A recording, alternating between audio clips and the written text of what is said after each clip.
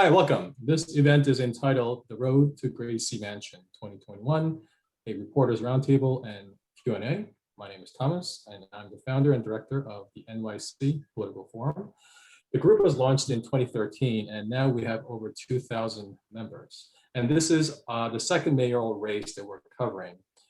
As some of you may recall, back in September of 2017, just 1 week before the all-important primaries, we held our very own mayoral debate at the historic Players Club in Gramercy Park. At that debate, we had the first and only nonpartisan debate that included candidates from all parties, the Democratic Party, Republican Party, the Green Party, and the Libertarian Party.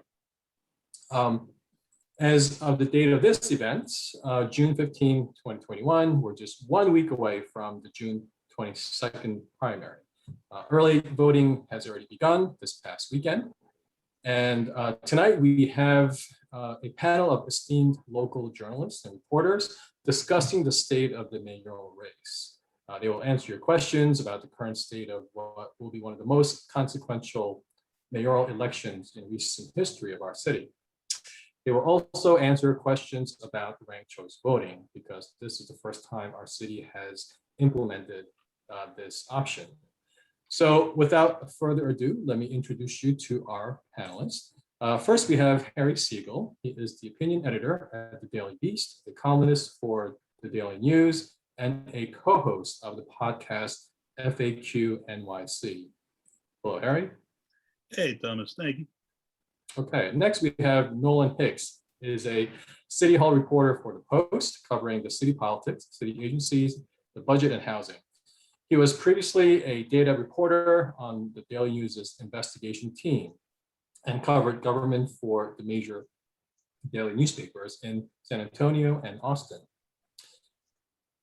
Welcome, Nolan. Hey. And we originally invited Julia Marsh from The Post, but unfortunately she had a last-minute schedule conflict. So Nolan, I do appreciate you stepping in at the last minute. Good to have you here. Glad to help. And lastly, but not least, we have Celeste Katz Marston, who has covered local news, politics, and voting for 25 years. During her more than 15 years at the Daily News, she reported on City Hall, the state capitol, and the national campaigns. She's currently a freelance political and media reporter and a host for a WBAI New York radio. Celeste is a co-author of a book entitled, "Is This Any Way to Vote? Vulnerable Voting Machines and the Mysterious Industry Behind Them." Celeste holds a degree in international relations from Brown University. Hello, Celeste. Hi, thanks for having me. Appreciate it. Yeah, welcome. So tonight's format will be like this. The first half of the hour, we will have a roundtable discussion with our panelists. They will give you further insights based on their reporting about the state of this mayoral race. And then the second half of the hour, we will open it up to the audience, and I'm sure there will be lots of questions. So start thinking about what kinds of questions you want to ask, and you can certainly post them into the chat room, or you could raise your hand, and then we'll answer those questions as they come in. So with that being said, let's kind of open it up to our panelists. This is a very crowded field of candidates that we have here, especially in the Democratic Party primaries. What is your overall assessment of the quality of the candidates? They're fine. They're more than fine. There's a lot of them. Notably, there are 6 first-time candidates who have not run for public office before, a lot of whom have very impressive resumes, but not in elected office. In one case, Andrew Yang, not really in public service until very recently. But you have the controller, who's the former Manhattan Borough president and a state senator running. You've got Eric Adams, who's been a state senator and the borough president of Brooklyn. Catherine Garcia, who's run sanitation, stepped in as the NYCHA czar. This is a field full of people who have pretty clearly distinct views, who are for the most part intelligent and accomplished, who are offering different visions for where the city goes going forward. It's a rich and fulsome field, maybe to a fault, because one of the issues with this ranked choice voting system in combination with our campaign finance system, which we had in 2013, but no one except Bill de Blasio had a lot of outside money behind them. And this time, every candidate except Diane Morales, who's her own disaster, has at least one significant PAC backing them up. And so everyone has money. And because of ranked choice, nobody really has a reason to get out. And that means that there's 8 very qualified candidates who are getting matching funds and showing up at these debates, 13, I think, on the ballot. And that's too many. It just makes it very hard to get to any narrative clarity within this field. And runoffs, for all of their very many weaknesses, did provide narrative clarity. It was 2 weeks of name it, right? Whether it's Ed Koch and Mario Cuomo, or Mark Green and Freddie Ferrer, like slugging it out, and you really got clarity as to where each of the guys stood on the major issues and who was backing them, and whoever won the primary, maybe they didn't become the next mayor, but everyone knew exactly where everybody was. I think that's interesting. I think, to that point, which is true. Well, one thing about runoffs is that in the history of runoffs in New York City, they've been incredibly expensive and very, very poorly attended. Millions of dollars to relitigate these races that were incredibly close. And I think a lot of these races were incredibly close for the exact reason that you're talking about, a lack of narrative clarity. So I think maybe with ranked choice voting and considering the situation that the city is in right now, I think it's really, really incumbent upon the candidates that we do have in the field to make that effort to show who they are and what they're about and what they'll do, not worry about running out the clock in a televised debate, which is, a safe, easy thing to do and not the kind of thing this city needs right now. And something very easy to do when you have 8 candidates on a debate stage and you get a minute and a half for every answer. So you get 2 sets of questions in every 48 minutes of television programming, and you end up with a muddle. But to the question of let's because I was actually talking with somebody about this, not to get on a tangent real fast, but we actually went back and we pulled the voter turnout, the newspaper clips for the voter turnout from the 2001 and the 77 Democratic mayoral primaries, which by my memory are the only mayoral primaries that we've had over sort of that corresponding period. And there's not a huge drop off between the actual primary turnout and then the runoff turnout. The massive drop offs come in every other set of races where you have a runoff, if that makes sense, right? So like a council race, if you have a runoff, nobody shows up for the runoff. If you're a public advocate, nobody shows up. Also, the public advocate doesn't really do anything. So como si, como sa. But but for mayor, which is, sort of the center of power in New York City government, they control the $90+ billion budget and the 300,000 employees. Like, people show up and vote in that race at levels, not quite keeping pace with like a gubernatorial election, but not far off the mark either, which is pretty impressive considering the closed primary system. Right. Ranked choice, though, ideally will, obviate the need for runoffs and maybe make people think about this contest in a different way. And then from the political side, sort of leading to some machinations, alliances between different candidates, efforts to sort of pool interest and voters and resources in a way that's very different than a sort of everybody for themselves traditional kind of election that we're all used to. One of the things that would have been cool would be to have actual ranked choice elections as opposed to ranked choice primaries. And Bloomberg, of course, tried way back in his first term to give New York nonpartisan elections. But Bloomberg also made the political choice, having won in an overwhelmingly Democratic city, to put that before the voters in a referendum in a year when nothing else was on the ballot. So only the hardest core Democratic voters showed up. And the result was this proposal, which was about 50% popular without all that much selling it, was defeated, if I recall, 70-30 among that electorate. And similarly, or not similarly, but comparably, right, we're going to have a relative handful of Democrats deciding the next mayor of the whole darn city for the next 8 years. Right. And then that person, de Blasio, got 270,000 votes in 2013. And that was actually just enough to avoid a runoff. But that's nothing. You know, it's a city of 8.5 million people, and the odds are whoever wins this time is going to have some comparable level of support. We're going to see. We have early voting now, which is cool. Thank you, New York State Democrats. However, not that many people have turned out so far, and it remains to be seen. And by the way, if you show up on election day, I know there are reasons to do that and lots of weird shoes left to drop and so on. These ballots are confusing. And you have 5 choices for a lot of different offices. And people are going to be sitting in that booth, scratching their heads and picking their nose and then asking for a new ballot because they messed up their 4th choice in the controller's race for a long period of time. So bring a sandwich if you must vote that way. It's my advice. So can you talk about the accuracy of polling now that we have this ranked choice voting system? How reliable are they? Do you find them to be useful? What do you think? We don't know. I mean, that's sort of the crux of it. We don't know. And most of the reputable, longstanding members of the sort of the polling community in the city, your Siennas, your Monmouths, and until recently, Marist, had steered clear of the race. They said they didn't want to poll a ranked choice voting election because they didn't want to screw up polling a ranked choice voting election because no one had ever polled a ranked choice voting election like the one we're having here before.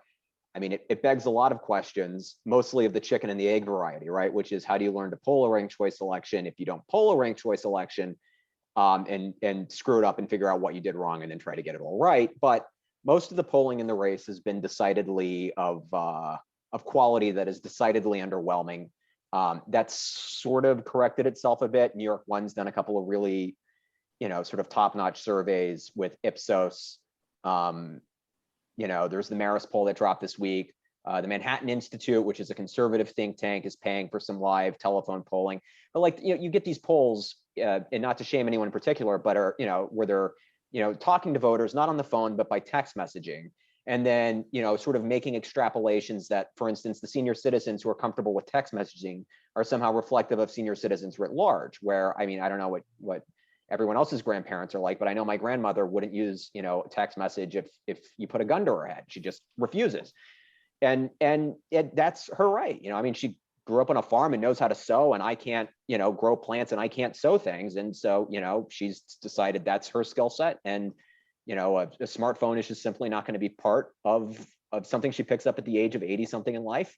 And who could blame her? But I don't think that the views of a tech savvy senior or of a tech savvy person are reflective of the views of the population writ large. So there's a lot of, I don't want to say sloppy, but there's a lot of jumps that are being made in some of these polls, especially the cheaper polls that aren't talking to people on the telephone and that aren't making a real concerted effort to just focus on likely voters. I think that this speaks to something that's generally been true in polling for a while, which is that as the technology advances and people get away from landline usage, you're going to have very different results. And I think your accuracy is going to suffer as a result. If you are polling people landline to the extent that you can, and then cell phone to the extent you can, that's better. But that still leaves out a percentage of the population. Not every single person has a cell phone and is regularly reachable by a landline. They're polling in English and Spanish, which is good. But again, that leaves out portions of the population that may not be conversant or fluent in either of those languages. The problem with text messaging, of course, is that you don't really know who you're talking to. How do you confirm? You don't confirm these details about somebody's voter registration status. For all you know, you could be, maybe grandma doesn't know how to communicate by text message. And in fact, you are communicating with her 12-year-old grandkid, so there may be an issue there. And so as the percentage of people that you can successfully poll gets smaller and smaller and smaller, your margin of error gets bigger and bigger and bigger. That's just naturally how statistics work in these kinds of polls. So polls are fun to watch, to read, to write about, or talk about on the radio. But I think that more than a grain of salt with a lot of these polls is well advised. Yeah, but in sort of because there hasn't been a lot of consistent polling coming from all the usual suspects, there aren't comparison points, right? So if New York One's done 2 polls, so you have a comparison point. The Manhattan Institute has done 2 polls, the same methodology, so you can have a comparison point. some of the polls, I think the Emerson poll, they were switching between doing text messages and then doing live calls and then back to text messages, and they were changing how they were phrasing the questions about how they were asking about the candidates. And like, you can't really do comparisons in those cases because you've changed the inputs, and by changing the inputs, you change the outputs, right? So like, it's it's just again, it gets to sort of the quality of the polling. So it forces you as a writer or as a reporter to I don't know, I'm trying to think of a clever analogy, but you're basically looking for thematic similarities in the polling, right? That all the polls are kind of moving in one direction, or all the polls are kind of moving in another direction, and you try to extrapolate out from those shared themes, right? That Andrew Yang seems to have fallen into 4th place in a bunch of recent polls, right? Well, that's a thematic similarity. The left seems to be consolidating around Maya Wiley in the last minutes following the Alexandria Ocasio-Cortez endorsement and the Jumaane Williams endorsement, and the Working Party's family's 3rd endorsement. That they seem to sort of be like consolidating. The left seems to be consolidating around Maya Wiley, and she's seen her polling improve, jumping into, depending which poll you look at, sort of some variant of 3rd place. Maybe it's like right on the edge with Catherine Garcia at 2. And then, you sort of have, well, so how do you write that story? And so you have sort of, depending on the poll, like the Marist poll had, I'm doing this off the top of my head, had like Eric Adams at 24 or 25% and Catherine Garcia at 17 and Maya Wiley at 15 and Andrew Yang at 13. And you sort of like bound it out. All right. So the margin of error is 4%. Well, obviously a 7% lead is outside of the margin error of 4%, but it looks like that there's still a grouping of 3 with sort of Andrew Yang on the outside at 4. So you write a story that, Adams appears to be ahead in what is, turning into a 3-person race, right? And then several hours later with a different survey, the Manhattan Institute's survey, it shows that, Garcia and Adams are virtually tied for first, one with like 21 or 22, the other with 20 or 21. And that in the ranked choice voting scenarios, you play it out to round 73 or whatever it was, and Catherine Garcia very narrowly edges Eric Adams in the poll. And it would be the first poll in a month or so where, Eric Adams is getting sort of edged out in a ranked choice voting scenario. All right. So that shows that, and then Maya was like 4 or 5 points behind sort of the pair of them. But again, right, the thematic similarity is 3-person race, but sort of the stacking order of that 3-person race is a little different. So you try to take as many shared data points from these polls, points that sort of confirm, affirm, and you sort of try to build one coherent picture.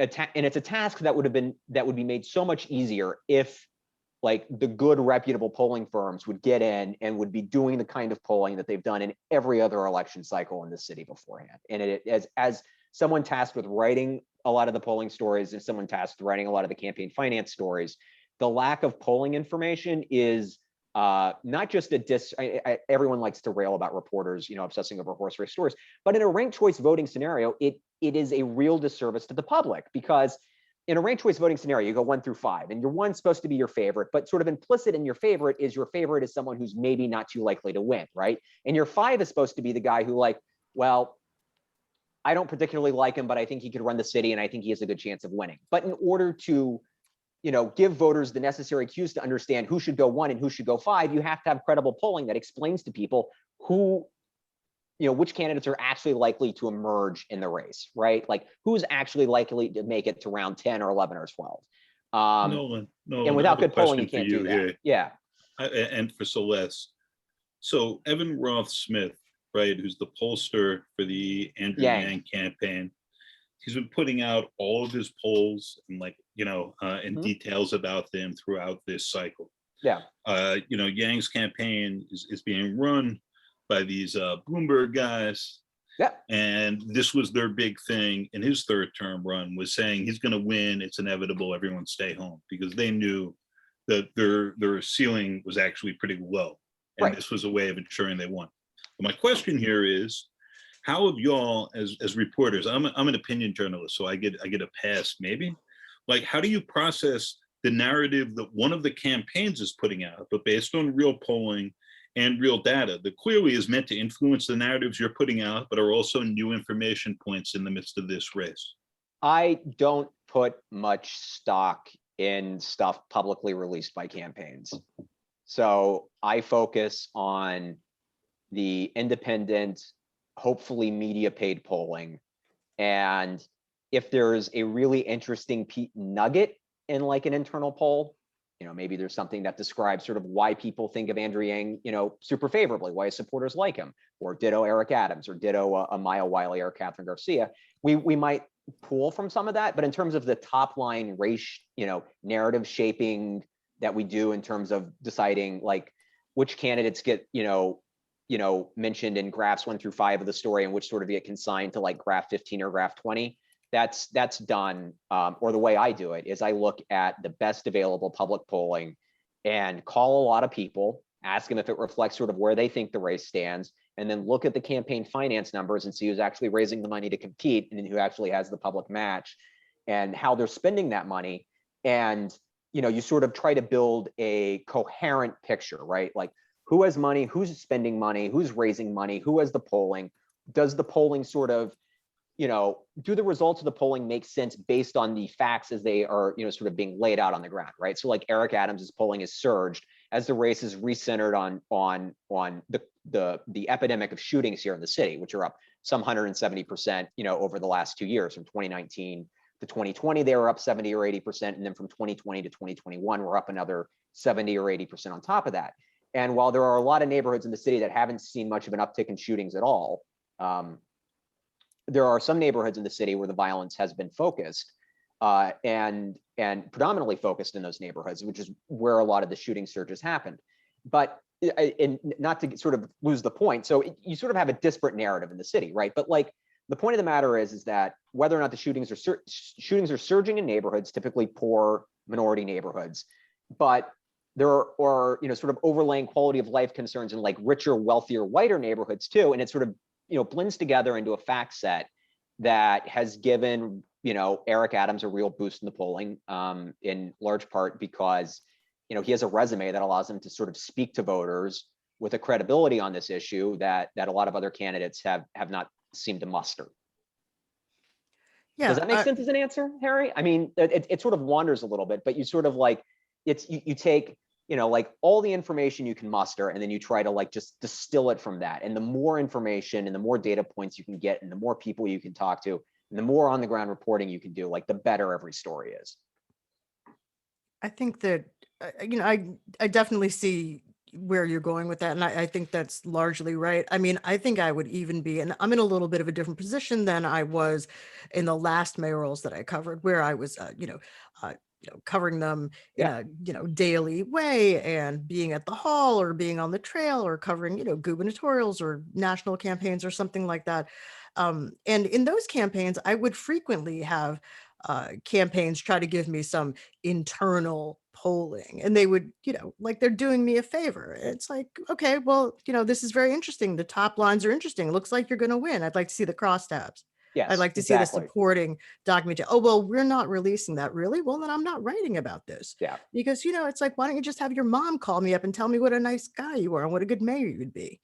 You know, why don't I put that on the front page? Yeah, that's not going to happen. No. And so, I mean, not to be that guy, but I am that guy. So I think that, you know, in a lot of these cases, you have to be especially wary about campaigns trying to bring you information that looks sort of official, quote unquote, but is highly flattering to them. You know, that's why God invented paid advertising. Go buy some. No, exactly right. But to take Celeste's point on the crosstabs, for instance, how you ask a question in a poll is hugely important, right? If so, like say we ask about you don't know if it's a push. You don't know if it's exactly right. If they're rotating choices, if they're doing everything that 100%, needs to be done. 100% right. So like, let's take this Eric Adams example. Like it's, and I don't know what they haven't shared any of their internal polling with me. So I don't know what they're doing in terms of that score, or if they have it. But and I assume that they do. But like, just to use a random example, or let's do we'll do a historic example, right? So let's do like, pretend the year is 1977, but somehow the technology of today exists, and it's Mario Cuomo versus Ed Koch versus Bella Abzug, and so on and so forth, right? And you know, if I'm trying to pull the race at that moment in time, this is 1977, the city is broke, you know, and if I'm introducing the candidates to voters just to try to see how things are shaking out in the field, If I describe him as like Congressman Ed Koch, I get one set of answers. If I describe him as reformer Ed Koch, I get another set of answers, right? Or if you describe, Mario Cuomo as lawyer Mario Cuomo, you introduce him one way, right? If you describe him as, like top aide to, governor, to the governor of the time, Hugh Carey, you get an entirely different set of answers, right? So like how you premise every question in a poll can lightly or heavily impact sort of the result of that poll. And good pollsters spend an incredible amount of time trying to precisely word the questions in ways that won't bias the outcome. And then you take that wording and you have to get it really right the first time. And then you use that same wording in every subsequent survey, because if you futz with the wording, you futz with the outcome. And if you're giving, you have if to you're be able to see releasing that if you're as a reporter, you have to be able to see Exactly. that. Yeah. If you are reading, a lot of times, as a consumer, they say, oh, well, somebody got 40% and somebody got 14%, and somebody got 5%. But when you get these, and this is largely available online too, if you're looking at somebody reputable like a Quinnipiac or, whoever it may be, you will not only be able to see the results, but you will be able to see the exact wording that was used in posing the question. And then you can make some decisions for yourself. If you want to get that far into it, which is great, you can make some decisions for yourself. If it says, would you rather see awesome Nolan Hicks be the next mayor of New York or that mean Harry Siegel? And, it's not quite that blatant, but even the phrasing, not only the phrasing of the question, but even the intonation with which the question is read to the person responding to the poll can make a difference. Okay, so let's talk about endorsements. Again, conventional wisdom is that endorsements don't matter other than giving one candidate some bragging rights. In this particular race, how much do you think endorsement mattered in terms of giving some kind of a campaign balance? It's a huge deal. It's been a huge deal, this race, especially when you have people, as Harry pointed out, who aren't terribly well established in the political ecosystem of the city. Endorsements are validators. So, if you're a candidate like a Catherine Garcia who had pretty good positivity ratings, but no one was really coming over to her because nobody thought that, sort of in the early days of the race, that she could have a shot against a Scott Stringer or an Eric Adams or an Andrew Yang, right? Because the race always has sort of a top 3 or a top 4. And if you're outside of it trying to get in, you need someone to certify that you are a person that should be looked at again and should be reconsidered. And that we have, with our imprimatur, sort of granted you the telling the voters that you deserve a second look. Not every endorsement matters, but there are some endorsements that clearly still do matter. The New York Times endorsement in a Democratic primary matters a whole lot. If you look at the Marist poll, and this is sort of a staggering finding, Catherine Garcia, who is in a lot of ways, a sort of center left in the field, but not sort of, you wouldn't sort of call her she's not a democratic socialist. She's not a lefty activist. She's not sort of from that end of the party by any stretch of the imagination.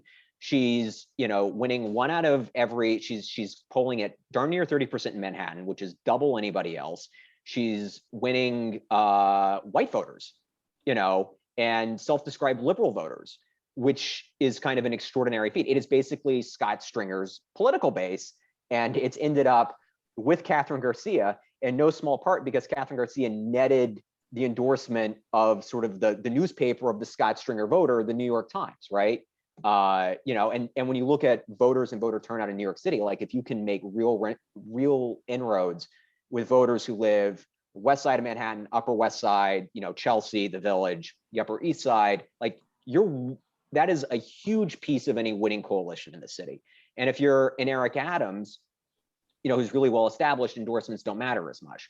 If you're a Maya Wiley, who is pretty well established, but is trying to consolidate a very fractious sort of left end of the primary spectrum against a sort of scandal-scarred Scott Stringer, not sort of, he is who's been battling the sexual harassment allegations, and then trying to sort of get people to come over from Dianne Morales after Dianne Morales's campaign sort of self-immolated with the labor disputes. Having endorsements from Alexandria Ocasio-Cortez and Jumaane Williams matters a whole heck of a lot. because sort of the left end of the field, it's sort of frozen, right? Where you had a bunch of Stringer voters who weren't really moving for reasons that's, no one could really sort of figure out. You had a bunch of Morales voters who weren't really moving on judging on the polling, but like the second the AOC endorsement hit and the second that the Jumaane Williams endorsement hit, there was a clear momentum shift towards her on the left end of the spectrum. It's still, judging by all the polling, maybe 25 or 30% of the overall Democratic primary electorate, which is an important thing to remember. The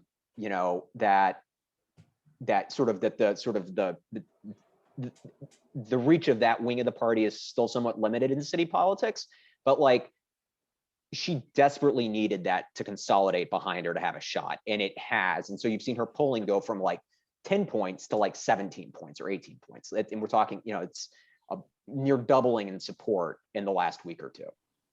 I have a couple of thoughts on this, but I'm dying to hear what Harry thinks about it, because Harry is It works the on the man edit. Used to be on the allowed to edit have board. an opinion. Yes. So I mean, Harry, you've seen this situation with endorsements, and newspaper endorsements, and surrogate endorsements, all kind of ways. So I'm dying to hear what you think.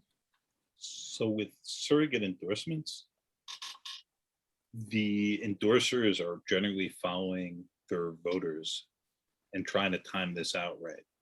So Stringer had all of these young progressives who backed him because he backed them in 2018 and 2020 when they launched what seemed like a series of long shot bids that played off. And that was how, this lifelong Manhattan politician had sort of gone up through the ranks, got to say, I'm the true progressive in this field. Like, look at these young women of color who are all lined up behind me. And then when those people left, it was a real, the new prospective emperors have no clothes sort of moment, when it had very little impact that anyone could measure on where Stringer stood in the polls after his first accuser, this woman, Jean Kim, emerged. So that whole group was pieced out. The accusation came out on Wednesday. There were some issues with it. By Friday, before anyone in the media or anywhere else had a chance to really dig in, they just all said, we're gone. And that didn't really hurt Stringer at that point. Part of the reason they did that, of course, was the sense that more shoes could drop. And, many people speculated to me that like his hazy borrowing history could be part of that. And lo and behold, that's where a second accuser, these are all decades old accusations, incidentally or not, depending on your perspective, came from. So what's interesting is that they did not have like the power to bring Stringer over the top or to clear the whole left side of the field when they all lined up behind him. But they also, when they left, I think that left Stringer without any path to getting all the way to winning election.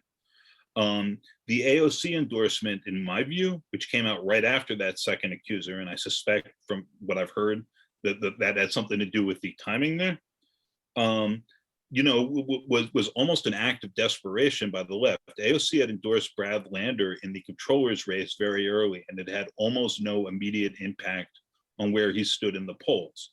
Their argument was they hadn't had time to go up on TV and advertise, and no one was paying attention. And maybe that's right, because he's doing better now. I don't know. But I know that scared them, and it concerned AOC. Like, every time you do this, you're putting yourself out. And you're either the person who made a difference, or you're just another schnook, and you're betting on this each time. And this endorsement was clearly an act of desperation. What you can really see it in is go and find Jamal Bowman's video that he put out today, just extolling Maya Wiley and why she's like the exact right and perfect person and progressive who New York needs right now. Now, let me just point out that Jamal Bowman left Stringer with all those other folks I mentioned, Al Satriagi and Jessica Ramos and many others, and then went on a Zoom thing like this with Indivisible. The Bronx chapter is like, man, maybe I shouldn't have done that. Maybe we acted too soon. I really regret it. Scott's a great guy. I don't want Andrew Yang to be mayor. But listen, I've never been assaulted, and all these women told me to do this, which was a real hide behind the ladies, yes, Celeste sort of moment. And then he was still sort of quietly yearning for Stringer. He was retweeting things in support of him and then unretweeting them during debates. And now he's all about Maya Wiley. And so with a lot of these people, and I'm using Bowman as an example, I've invited him to come on my podcast, and to date he has coward refused. How do you really feel, man? I think he should come on and account for this. And I understand where he's coming from. So first off, part of his district's in Riverdale, and there's a lot of older Jewish voters there who really like Scott and probably like him more after this stuff came out and don't care if he was creepy 30 years ago and don't really believe he was. But two, he hid behind a bunch of women doing this, and watching these progressives now say, 2 weeks out, days out from the start of early voting, Maya Wiley has always been the candidate of my hearts. It's so transactional and transparent and urgent, right? Because the left doesn't want to screw this election up. But let me just add one more thing here. The whole narrative in which the left has been like a circular shooting squad, or they've messed this up for themselves, I have strong doubts about that. I think if you squint and look at this race, it's aligned around public safety. And that's not because Eric Adams is a wizard. It's because of what's been happening in the city and because the virus stuff is too far out for any of these candidates to talk about what they'd be doing in 8 months, even if it's actually potentially a much bigger issue, right? So consequently, this aligned around the worst possible issue for Democrats, and particularly Maya Wiley, who got into this race in the George Floyd summer. That was her moment. We're going to defund and reform the police, whether or not we use that catchphrase, right? And then, whoa, we're having a real different conversation. And when you're losing, you always look like a bunch of dumb jerks, in part because we in the press are cheap narrative purveyors, who are going to seize on all your mistakes. Expensive narrative purveyor, Henry. Well, except Nolan. No one gets a pass, but the rest of us. So when you're losing, it's like, look at the dumb jerk thing you dumb jerk just did. And that's the headline. And it's different in different papers, right? Like the Post is back Eric Adams. Their coverage of everyone else in the race is, here's a scandal or a pseudo scandal. The News has not written anything particularly critical of Garcia or probing very deep, who they've endorsed. That's how this goes. But I think that the left-wing candidates are losing, not because Diane Morales doesn't know a damn thing and has no business being there, doesn't know what Kendra's law is, doesn't know what Taylor's law is, but has the right slogans. Not because Maya Wiley is a hypocrite given her ties with the de Blasio administration and the ways in which she slowed police reform while she was there and other things, right? And not because like Scott Stringer can't be like the wave of the progressive future when he's Scott Stringer, guys. But just because this race was not set up for them. And so Eric Adams, who's, on a track to win with Maya and Catherine having tracks, it looks like, to break through, but they haven't yet, right? Like, he doesn't become a genius or a wizard or a more hinged, less unhinged person just because he's winning, but we're going to gravitate to power. It's actually very hard for beat reporters to write about this. Like, I'm losing access candidate after candidate because I'm just mocking what I see as their weaknesses and foibles, and that's my job, right? But most of the people do this. If they lose access, they can't do their jobs. I have a slightly different job, so that's not a concern for me. It confuses some of the consultants. So assuming Adams holds on, it's going to be somehow this extremely eccentric, complicated man, former Republican, former Farrakhanite, gonna carry a gun, watch me kill a rat. Do I live in New Jersey? If you ask that, you're trying to do me like they did Obama guy, right? If he wins, everything he does will be taken seriously. And the main reason why is he will control, assuming he gets 8 years, and any Democratic mayor who wins basically does, $1 trillion. And he'll make big, important decisions that align around that. So it's hard to, just when de Blasio comes in after 2014, to just say, this guy seems like a crook. And if you do that and you lose that bet, you're cut off from these universes. Anyways, that's all a long way of saying something or other. And those are my thoughts. Thank you. Good night. I told you all that was going to be worth it. Did I not? I mean, read it next Sunday in the Daily News. Yeah, well, well worth our time. But I mean, I think that's an important thing. That there's a lot of important things what Harry's saying. Some of those things. And we can tease it apart a little bit too, which is like, let's talk about crime, right? Which is for, the 6 months of the summer and the fall of 2020. It looked like police reform was going to be the defining issue of the race, and that Maya Wiley had sort of the profile and the issue set to really sort of to sort of cut through and establish a real clear lane in right, this but contest. We're talking about the question here is about endorsements, though. Well, no, but I think we're getting to that though, right? Because like both of the people who have been really aided by endorsements needed the endorsement, right? Like Maya Wiley, for all the reasons that Harry just outlined, has been given sort of a jaundiced eye by some of the liberal and the lefty activists in the race who are backing, especially Diane Morales. Like, is sort of Maya Wiley, who is a product of the city's political establishment, who, you know, was a former, you know, federal prosecutor in the Manhattan office, who was the chairwoman of the CCRB, who was chief counsel to the mayor of the city of New York. Like, is she, you know, sort of, I don't know, like liberal, lefty, to attach the word reform to it is loaded in a lot of ways, as is all the other words I've just used. Every word you use to describe somebody is loaded in some way, shape, or form. But like, it, you know, that she needed a validator, right, in order to get those voters who had initially looked at her and then gone somewhere else to give her a second look. And if you look at the polling, if the Manhattan Institute actually asked this question, it asks, like, you know, did the AOC endorsement play a role in sort of your thinking about a candidate? And people said yes.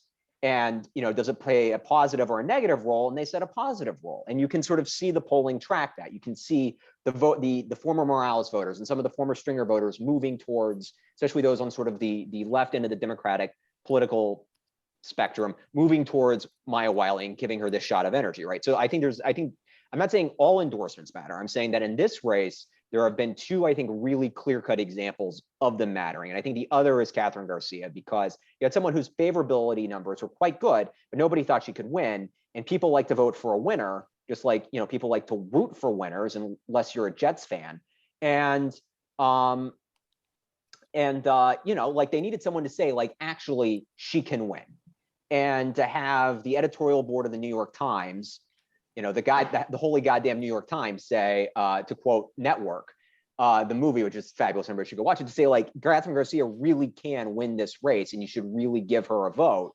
Like, that's a huge win for her. And you can see the polling and the money that has moved in her direction after that, how she's, you know, tripled her fundraising in the second to last fundraising period. And the last fundraising period, which was just 3 weeks long, she raised as much money as she did in the 2 months prior. Like, there's real evidence that, like, somehow in the snap of a finger, in the course of a month and a half, Kathryn Garcia has jumped in every metric from tier 2 to tier 1 of the race.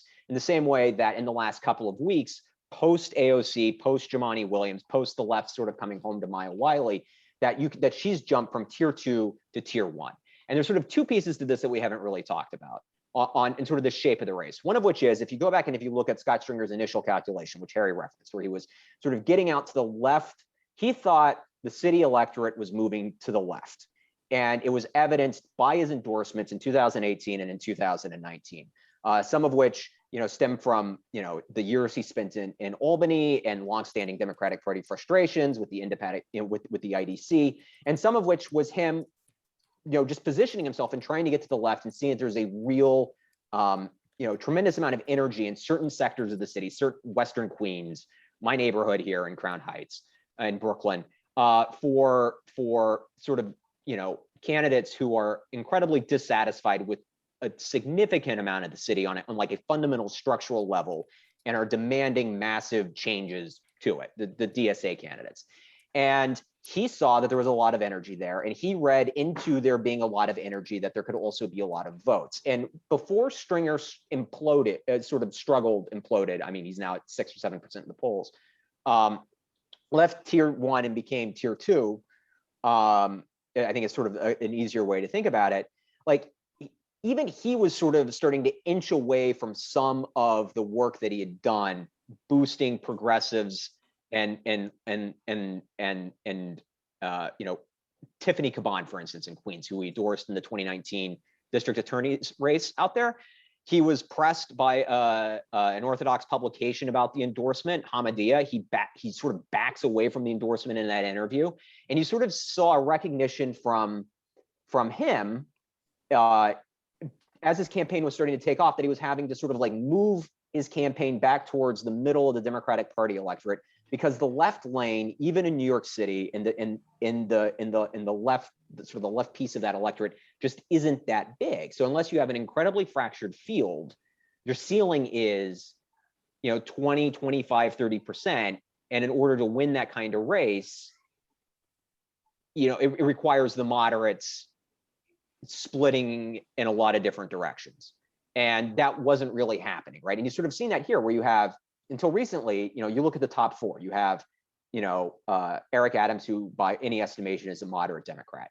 Catherine Garcia, who is moderate on a lot of issues, especially criminal justice, a lot of the criminal justice issues. She backs some of the police reforms, but she's not calling for big cuts to the police department. Andrew Yang, who isn't calling for big cuts to the police department and is calling for an increase in police presence in the city subways. And then you have sort of that top tier, you have one candidate sort of sitting on the left end of the spectrum, Maya Wiley.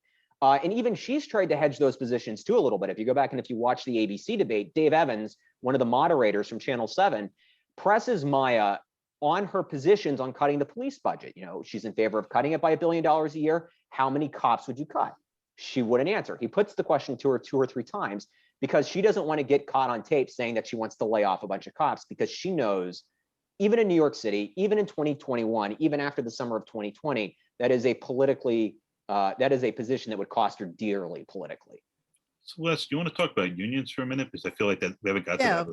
that's, I mean, I'm really thinking about that. Thank you, Harry, because I'm just thinking that, you know, we're talking a lot about sort of, well, there's newspaper endorsements, then there's, you know, elected endorsements, then there's sort of celebrity endorsements. And as far as celebrity endorsements, if you don't live in New York and you don't have kids in the school system, or if you haven't worked here, or if you don't own property that you occasionally visit, really, I couldn't care less. You know, that's nice. And thank you for stopping by. Thank you for stopping by our election.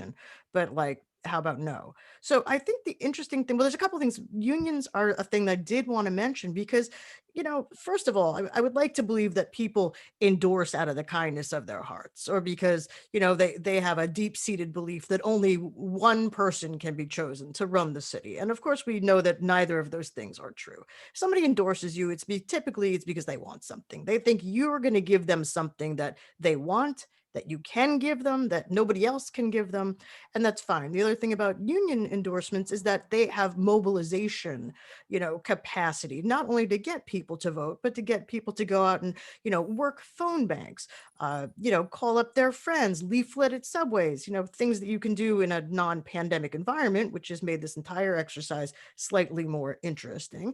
But, you know, I think that, you know, talking about polling earlier, it's super cheesy, but super true. The only poll that really matters is the one on election day. And if you can get, you know, like tons of people to show up for you, bring their families and their friends to show up for you, and, you know, not just take your phone call, but if you also have the money to underwrite, you know, phone banking, email blasts, independent expenditure, advertising, all these things, that's really going to make a big difference. And, you know, in some regards, it's not surprising seeing some people sit out a primary, because why should you aggravate the guy? You know, your guy doesn't win. Now you got to deal with this other guy for 4 years. You have to sign a contract with this guy. You know, he's already, you know, not, you know, flavor of the month in his opinion is not you. So, you know, there's a lot of complications there. And the other thing I would just say very quickly about endorsements is that the timing and the circumstance really matters. You know, it's very nice to have sort of a, you know, aerial dogfight here about who can claim to be the most progressive, or who was the most progressive guy 20 years ago, and what were you doing 20 years ago, and all that. But, you know, I mean, thinking back to what was happening in 2001, the only thing Mike Bloomberg, a guy named Mike Bloomberg, if you had never heard of him at the time, the only thing he needed was another can of gasoline, because he couldn't burn money fast enough to lose the race in the most embarrassing scenario possible. And then all of a sudden, things change, as we all remember, and he got the endorsement of some guy, I believe his name is Rudy Giuliani. And if you would believe that that would change the course of New York City history for at least 12 years, or the 12 years immediately following that, that tells you a little bit about how important the timing of an endorsement and somebody being in the right place in an unfortunate time can be. So if there's going to be some sort of, you know, pre-primary surprise here, we're getting pretty close to it. But I would say that not only who, but when will really matter.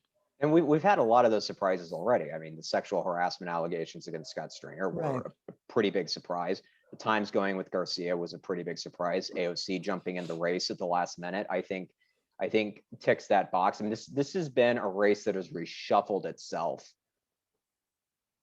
several times at this point, and it's been sort of an extraordinary thing to watch. It's you know, obviously different than like 2013, or maybe it has some more similarities to it, in that you sort of have like a field in here, the race is different because obviously I you're picking remember 5 covering 2013, and I'm still, I should probably work through that with some sort of, group therapy or some, I don't know. That was Right, we're sort of like, one of the, and to get back to Harry's point about, like we had a mayor selected by give or take 280,000 votes, which is kind of always how New York City politics has worked. But like in that race in particular, it was like every other candidate sort of somehow imploded towards, Weiner imploded for reasons we all know. John Liu imploded because he couldn't get access to public funds and he was getting probed by Preet Bharara over stuff that his campaign treasurer was doing.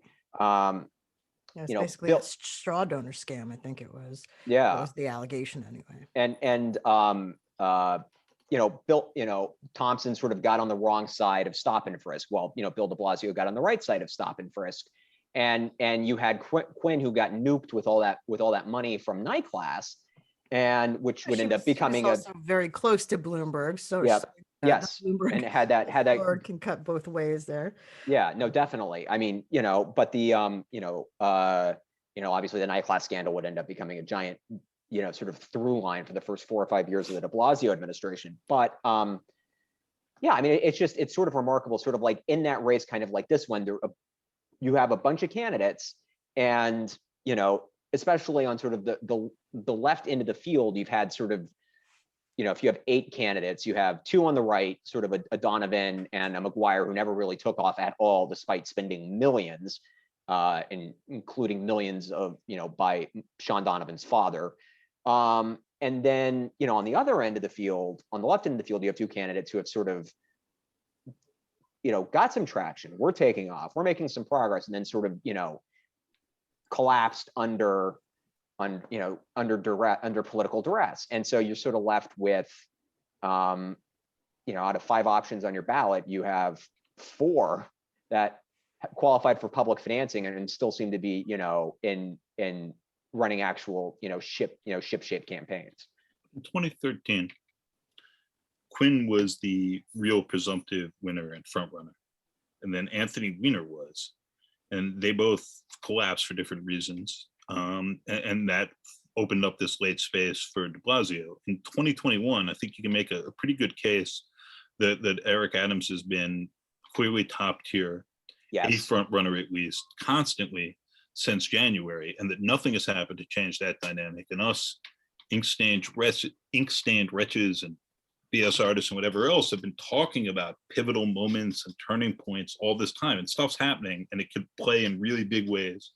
But to date, that sort of fundamental dynamic in which the black guy from Brooklyn who wants to have cops doing more has and is transactional and aligned with de Blasio in certain ways, has sort of steadily been on top. And I don't know if anything happens in the last week now that is going to change that.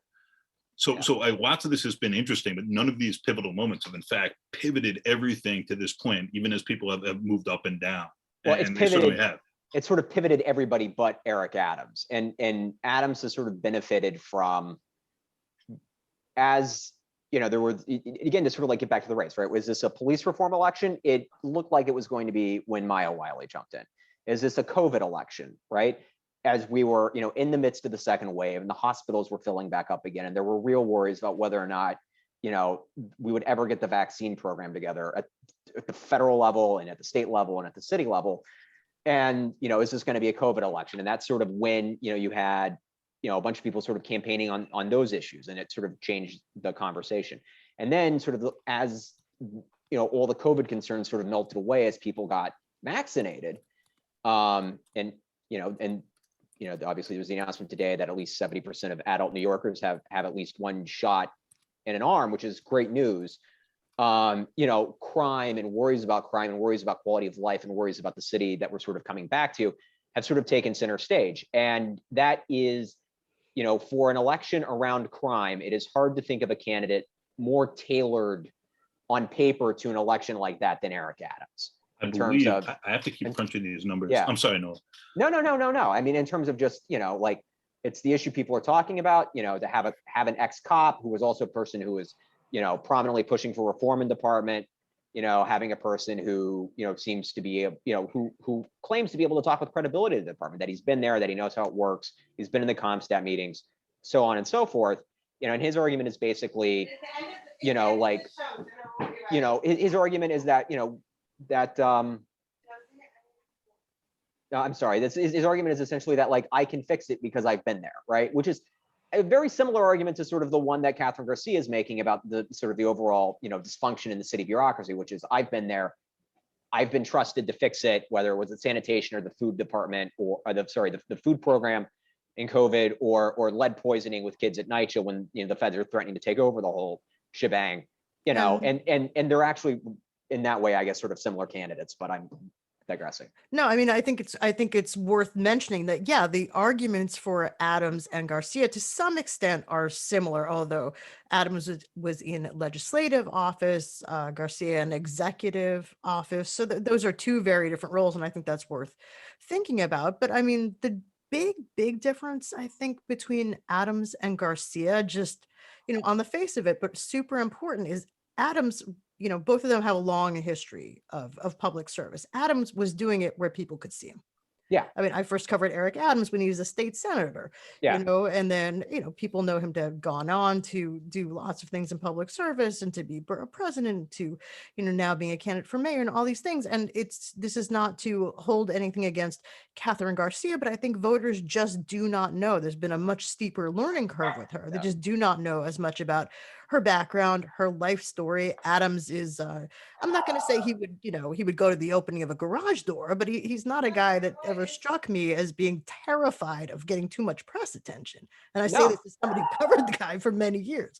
So the guy who decided to turn dunking rats into poison soup and do a PR stunt at Borough Hall, which remains that could have and did a low-key favorite moment in metropolitan coverage in the city. Right. Okay. So I mean, that's, at the end of the day, what are people looking for? And if there are two people who have relatively similar credentials in terms of, or, relatively similar or relatively similarly situated on important issues, are they going to pick the person they know and have known for many years, have voted for, have checked off their name on a ballot or pulled a lever for, even, in a voting machine? I think that some familiarity may matter, especially in, living in a very unfamiliar and turbulent time. There is that. If you look at the polling, where they ask, it's very sort of simplistic what's been published so far, but there's sort of the favorable, unfavorable questions. And when you pour through that polling, typically the candidates at the top, with like plus 50 marks. So like, we're talking like, 66% approved, 16% disapproved, is the Catherine Garcia number. So it's a plus 50. Eric Adams is at a nearly identical plus 50, and his is like 70 and 20. Mm-hmm. And everyone else sort of trails below that. So there are warm feelings towards both. Just to sort of run the argument, the tape the other way, a lot of people know Eric Adams.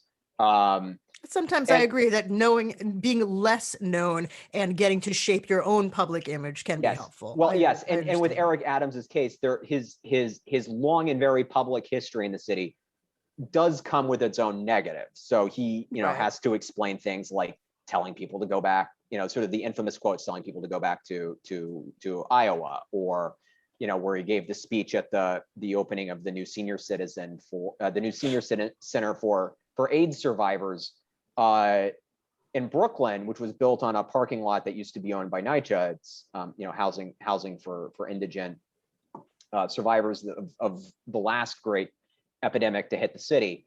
And sort of describing them as gentrifiers in a speech that was just really strangely, like, Eric Adams has a very public record, but he also has a very public record of being of eccentric moments, both eccentric moments that are incredibly entertaining, like the rat dunking one, and sort of like that only in New York kind of way, and also moments where he can quickly create some where you can damage himself politically and then has to spend a good deal of time trying to clean up the mess. So real quick, because I know we want to jump into some questions and whatnot here, right? Yeah. Either people know who you are, or you have to pay a lot to introduce yourself, or you can be Andrew Yang and sort of monopolize television, which he did by campaigning in person a ton when other candidates weren't doing that, and using the celebrity he got from his presidential run to sort of dominate coverage for quite a while. And that worked well for a long time. And then his whole sale was, and this was aimed at Adams in particular, but really the whole field is like, look at all these people who've been around this for a long time. Like, do you want more of the same? No, then vote for me. And that's thin, but it was enough for quite a while to keep him ahead. And even as he made mistakes, because the attention he was getting was worth it. With Adams, people are like sort of generally aware who he is, but like these specifics and, oh, he used to be a Republican and he supported Farrakhan. He said some real nasty stuff, sometimes on purpose. Like the Iowa, go back to Ohio thing was not a gaffe. It was a plan. Yeah. And you know, and part of how he was setting up his appeal, and this was New York for New Yorkers sort of thing. You can take that as you will. Someone like Garcia, who's a first-time candidate, who didn't come in with a ton of labor support, a ton of financial support, had to introduce herself, had to be raising money at the same time. Like that's a really uphill climb. And she was saying for months, like, no, you know, like the people are going to recognize this. This is what they want. And I was very skeptical. I was like, I like a bunch of what you're offering. I don't see how this works politically. Yeah. And to a certain extent it has, but whether or not this is going to get her over the top is a very interesting question. Incidentally, you know, Maya Wiley also has an issue with just not having that much money. And she has outside groups now that are giving her a bunch, and that helps, but it's very late and people are already voting. And she's still really in an introductory phase. Hey, I'm Maya Wiley, right? And it's very late for that. Again, this election has all of these new and weird variables, but I do sort of suspect if Maya Wiley had Diane Morales' money, she would be a top tier candidate at this point. And you know, you'd be seeing 3 times as much of her, and you would have been crucially 2 weeks earlier. If Catherine Garcia had Sean Donovan's dad, same, and you know, of course, like with sporting events, you know, we're doing play-by-play right now. It's like a little color commentary mixed in. And that's very different from your analysis after the game. And the difference between, you know, the pitcher's performance and the identical pitching in like a 2-1 loss and like a 1-0 victory is very different. And like whether you had the heart to persevere, or, you know, you gave it what you had, but it just wasn't quite enough to match the moment. And you're not actually doing anything different. And then last thing with this, right?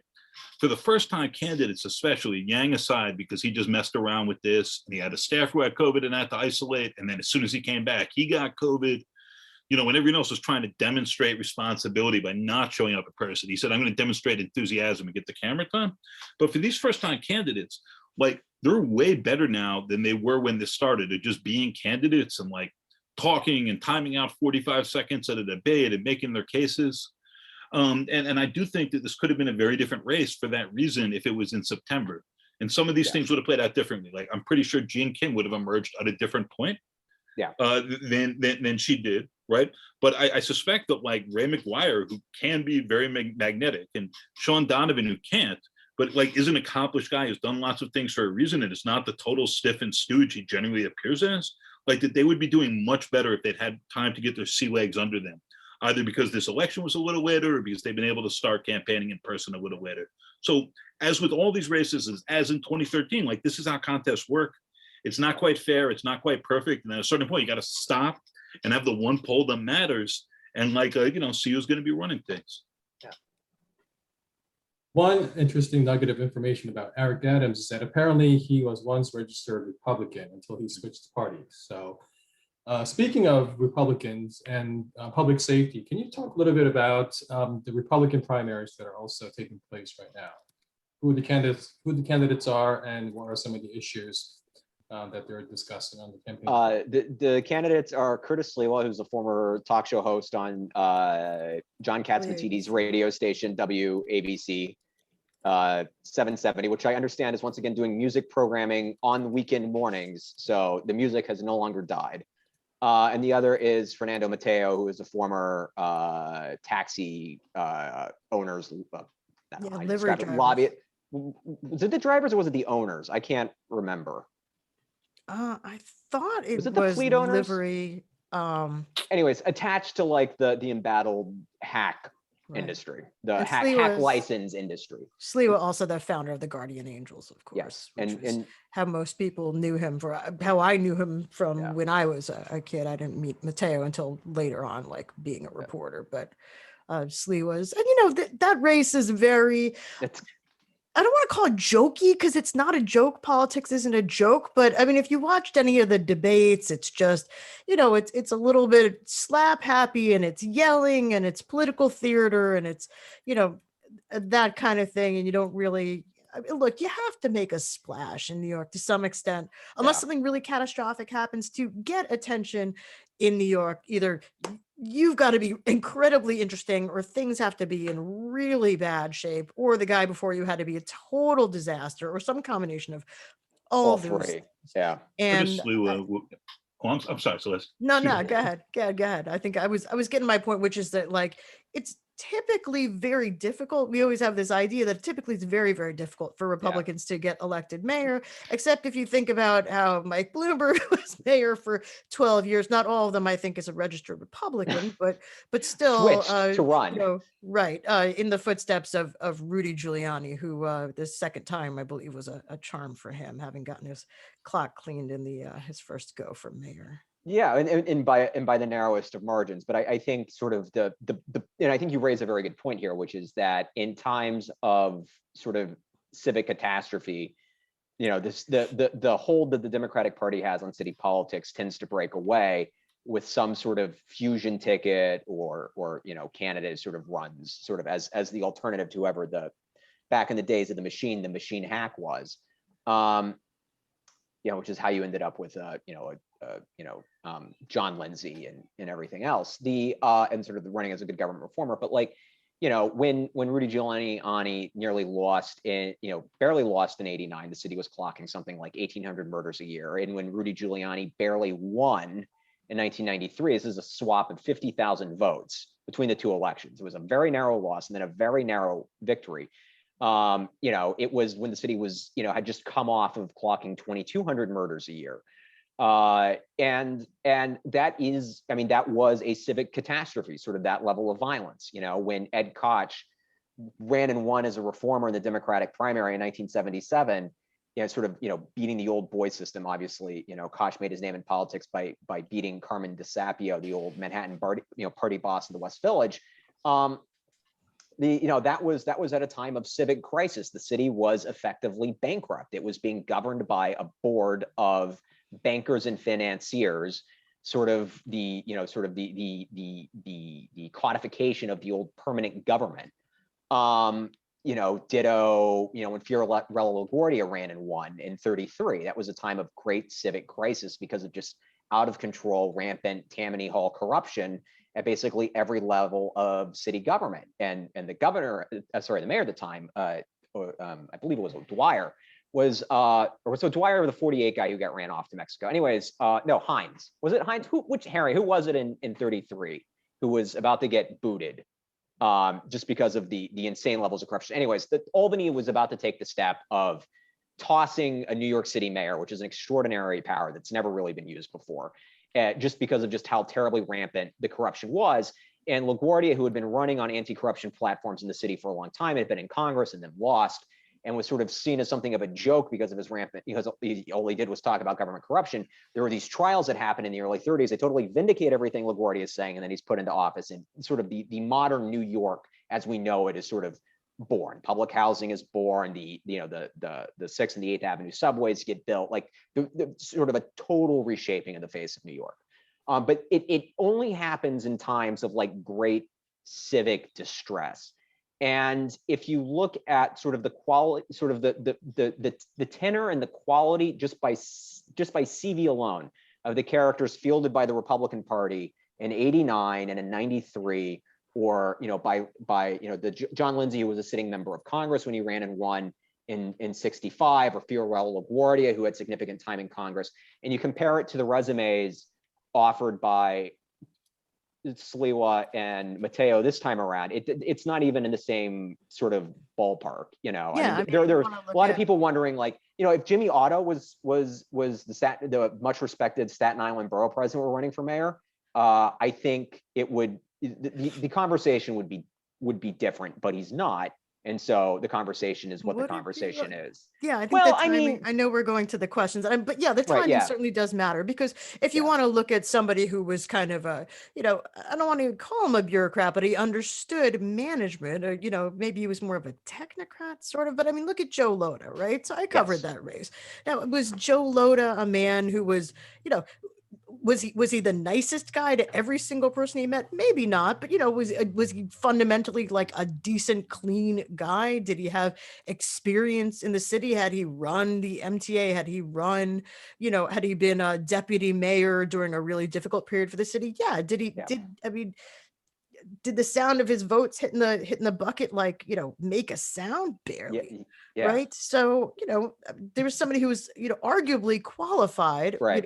perhaps much more qualified than some of the people on the ballot now. No disrespect to anybody there, mean, but I mean, somebody who had a objectively history more of so. public Yeah. service and, had Yeah. education and, this and that, but, it didn't register, because at that time, Yeah. it just wasn't really seen as a dire situation where he was desperately, where it was worth Right. Yes. crossing that Yes. ideological line. Yes. Yeah, right there. I think that's the point, which is, like New York City in 2013 was a place that, was, quite safe, compared to the historic, sort of the historic highs. It was a place where the budget was balanced and tax revenues were flush and Wall Street was rebounding. And people were looking around, looking at what was the conclusion of 12 years of independent / Republican / whatever party line Mike Bloomberg had managed to finagle for himself at that point rule.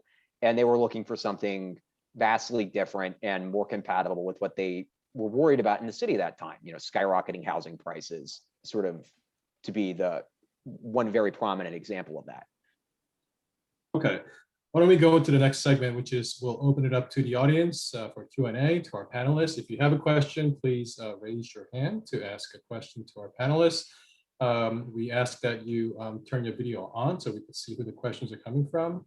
So any questions from the audience? I guess while we're waiting, I'll just throw a question out there for the panelists and then we'll wait for others. So right now we're in between the national race the national election that we just had last year, which was very contested. And then next year we have the midterms. And this local race is kind of sandwiched in between.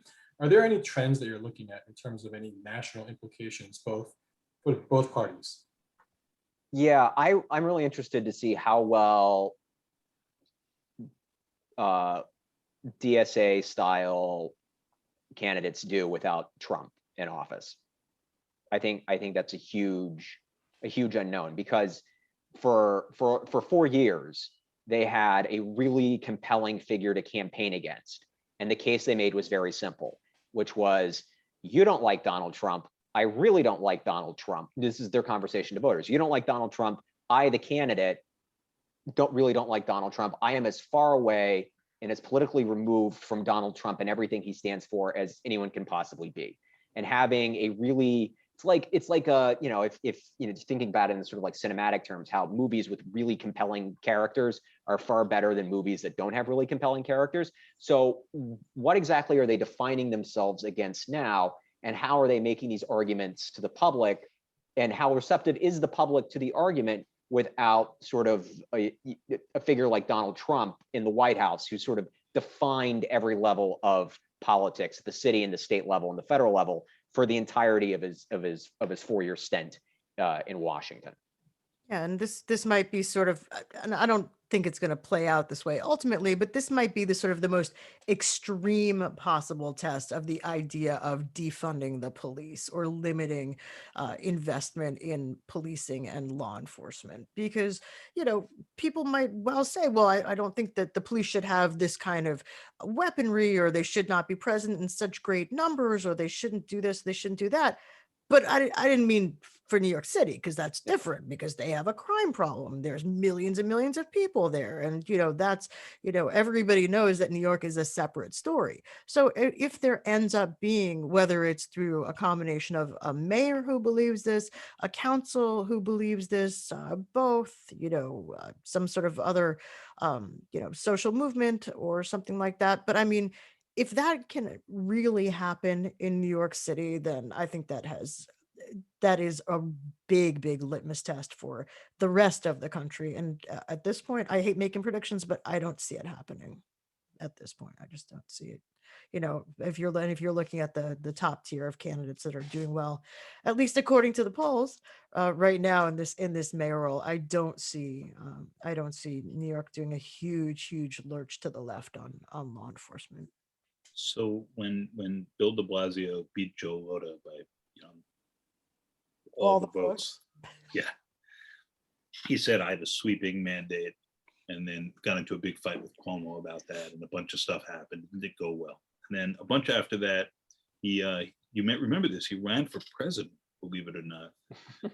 Every living mayor has run for president, and they've all made fools of themselves. But the reason why that happens is that what happens in New York doesn't actually say much about what's going to happen nationally. It says a little bit if you're deep inside campaign weeds and you're looking at these 6 DSA candidates and how they're doing. If you're thinking about like tactics and exact lines to apply in cities and in certain sorts of districts, maybe, but in like a broad narrative sense, and that's my day job. I'm the opinion editor at the Daily Beast, right? Like, does this mean anything? Nah, it does not. It is true. And there was I always laugh to myself in one of Ring Lardner's stories. He writes a lot of stories that are set against the background of the war, and this one guy says, well, if we really declared war, I'd be over in Europe before anybody could stop me. And the guy says, yeah, and America will always thank New York for coming in on our side. I mean, it's not even part of the same operation here. So the idea that like watching something develop from a socio-political standpoint in New York and watching it develop anywhere else. I mean, even the meanings aren't the same. I mean, what you would call a New York Republican would be like a communist pretty much anywhere else in the country. And even that these days is, relatively not a big deal. That used to be something you didn't call somebody in polite company, but just an important Ring Lardner note there is they actually made a comic strip that ran for about a decade, never in the Daily News, from You Can Call Me Out, which is Lardner's account of a journeyman baseball player. And the strip is fantastic and weird and goes way past what's in the book. It's got its own plot lines and story. I strongly recommend. Really? What's it? He wrote it and somebody else drew it? He wrote it, somebody else drew it. It's legit it's his voice. You can't miss it. I thought I had everything he wrote, but okay, I'll put a link in the chat. Do that, will you? Okay, let's go to a question. I see a hand up from Nyala. Hello, Nyala. Hi, everyone. Thanks, Thomas, for organizing this conversation. Thank you to all the journalists. As an alum of Albany and City Hall, I'm a big fan of all of your work. So thank you so much for being here tonight, and excited to share the Zoom room with you. I actually have a question touching on the impact of ranked choice voting and legislative agendas. So we're going to have our first ranked choice voting election. And a result of that is that there's going to be a lot of ballots that are mixed with both progressive and moderate candidates. And so I'm just curious as to what are your thoughts on how the media can report as accurately as possible or craft a narrative regarding like which base of the Democratic Party has the most electoral power, since so many folks in this business take that as an indication of how the legislative agenda is going to be set, and also the policy solutions to address it.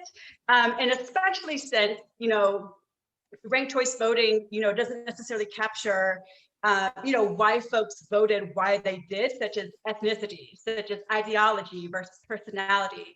So I'm just curious as to your thoughts, as journalists who are in this industry, what your thoughts are going into, on the other side of June 22nd, how media can report the results and the impact and what it means for people who take cues from campaigns. That's a great question, and really well framed, and exactly the right thing to think about. And I really think the answer is just, at that point, we have to defer to the person who wins and the mandate they claim, and then track their ability to see it through with the city council, with Albany, and to implement it inside of New York. And I think that's actually a moment to shy away from narrative claims or grand sweeping statements around it. Like the candidate can do that. We don't need to, and to track the results and to start taking their measures of success and the things they're calling for. And this is my agenda and platform now.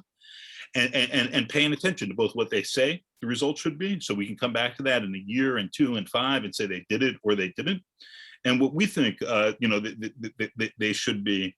But I think it's a moment for humility and observation as they start moving forward, because all the decorative stuff about what this means from the candidates, from the press, from everyone else is going to be nonsense. We're going to find out, right?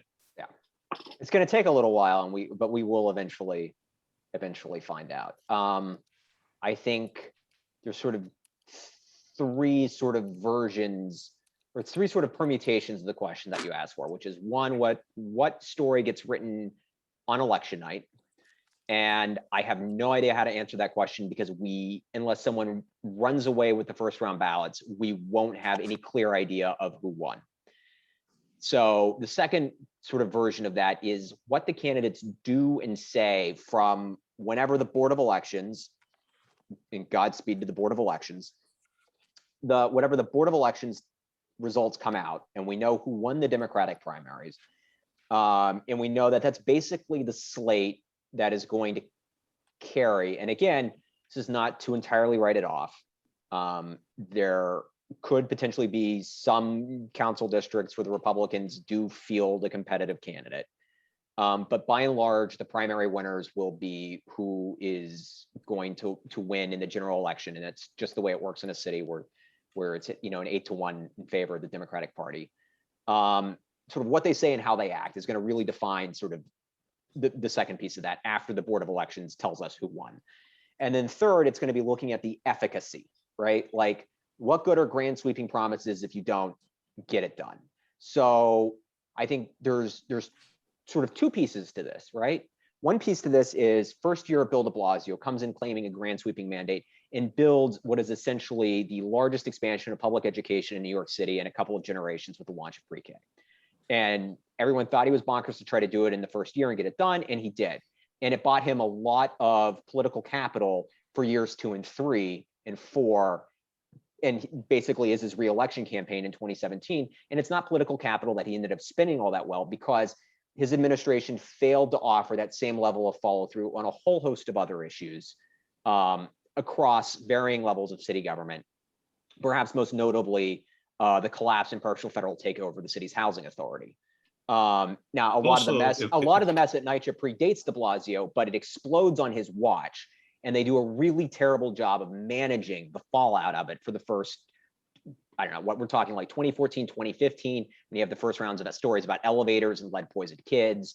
Then you have all the heating failures, and like, it doesn't, like, they really don't get on a crisis footing at NYCHA until like mid 2018. And by that point, it has come, like, questions about the administration's efficacy on that and a whole host of other issues have sort of come to light. And it sort of builds this narrative that would dog the mayor until today, that like City Hall likes to talk a lot, but it actually can't execute.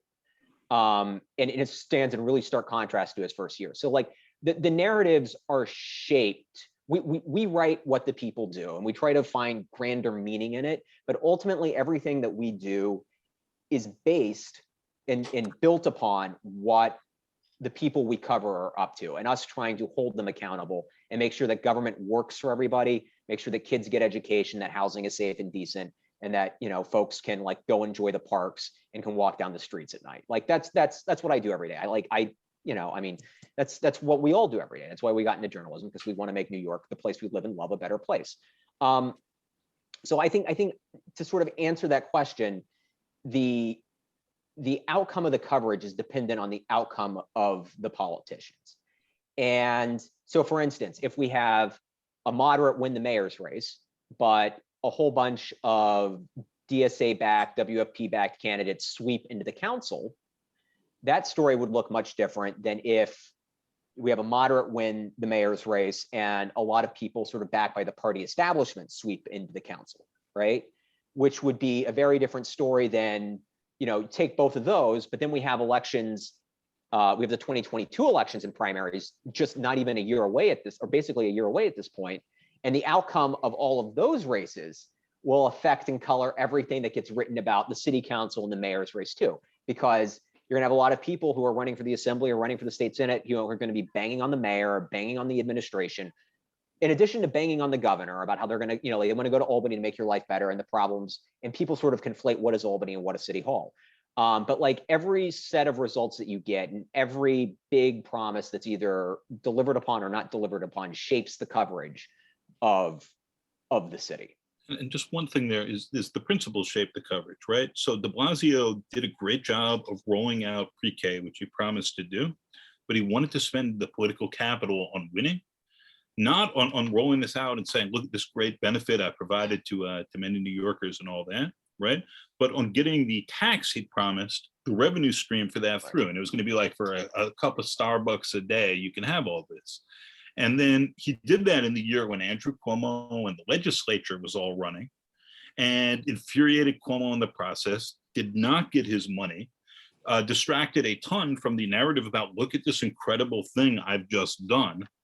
Got himself investigated by the feds in the course of this. And so he offered that narrative and we followed it. And that was a narrative in which he ended up looking like a clown, if not a crook. And that was actually a choice he made. That wasn't, we were locked in, that's got to be the story. He decided that's got to be the story. That's what I'm pushing for every day.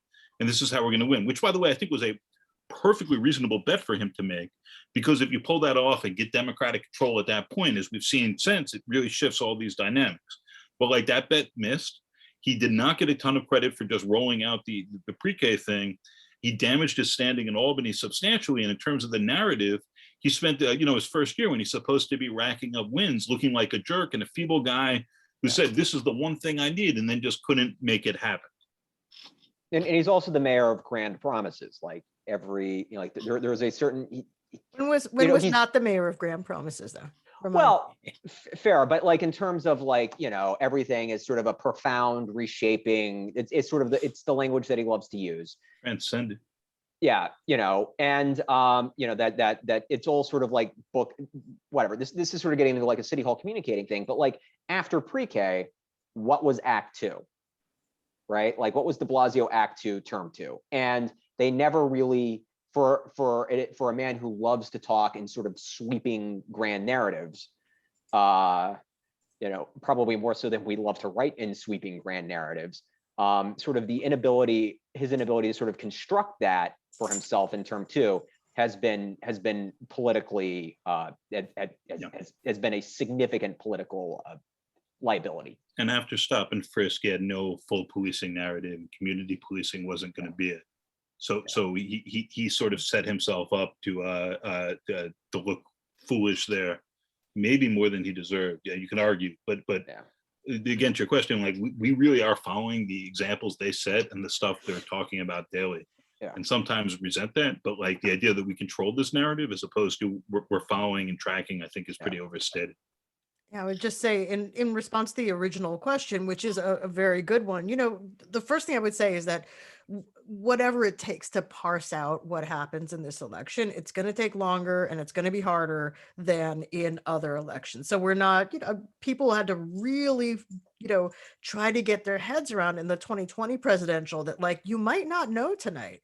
And that is like literally the worst message for a reporter on deadline, because then it's, what do I do? What do I tell people? My editor's going to be, what is the front page? I have no idea. I don't know how we do a front page. This is the part where the editor says, well, why don't we just put a big blank spot there with your name on it? And then you get into that discussion and that ends poorly for everybody. But I've had that discussion and it's like, look, okay, you know who won? Guess who won? Nobody yet.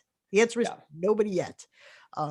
And filtering that down, through the vagaries of ranked choice voting in a bunch of different contests is going to be really complicated. Even then, when we do have, precinct by precinct results, when we do have more granular data, it's still super, super hard to assign motive. Motivation for voters is the hardest thing, if not impossible, even with, and I was just thinking about, this is people like, oh, well, we'll use exit polling. We're going to use exit polling in an 8 or more candidate ranked choice scenario over how many contests, over how many parts of the city and how much time.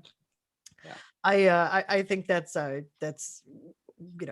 volunteering to walk a plank, making a promise that we'll be able to figure those things out. So I agree with what the other guy said, but as always, probably wasting my time, in the greater sense. I think the people here get it, but just the idea that this thing is going to be sorted out, on a timeline that matches anything that we've seen in any previous election, including in wartime, including any time. I think it's just, we're living on a different planet right now.